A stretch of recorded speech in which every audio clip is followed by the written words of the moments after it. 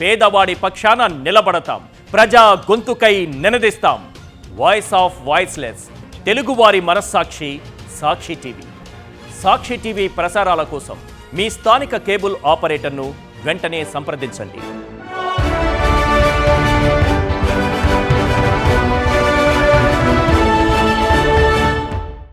కొంతమందికి మతిమరుపు మామూలుగా ఉండదు.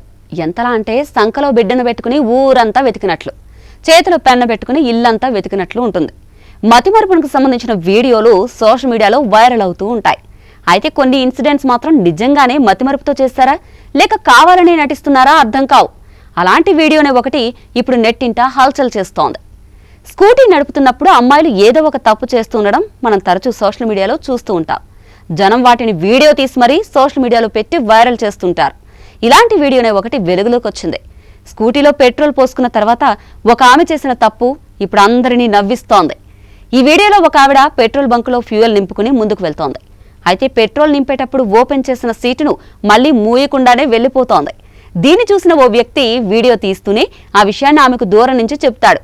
వెంటనే స్కూటీ ఆపి జరిగిన పొరపాటుకు నవ్వుకుంటూ సీటును మూసేసి ఆ తర్వాత రైమని వెళ్ళిపోతుంది. వెళ్తూ వెళ్తూ అతనికి థ్యాంక్స్ కూడా చెప్పినట్టు ఆ వీడియోలో కనిపిస్తోంది.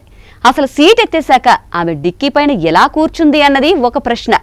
సీటుకు డిక్కీకి తేడా తెలియకుండా అందులో ఏదైనా వస్తువు సరిగ్గా సీట్లాగా సరిపోయిందేమో, అందుకే ఆమెకు సీటుకి డిక్కీకి తేడా తెలియదని కామెంట్లు పెడుతున్నారు.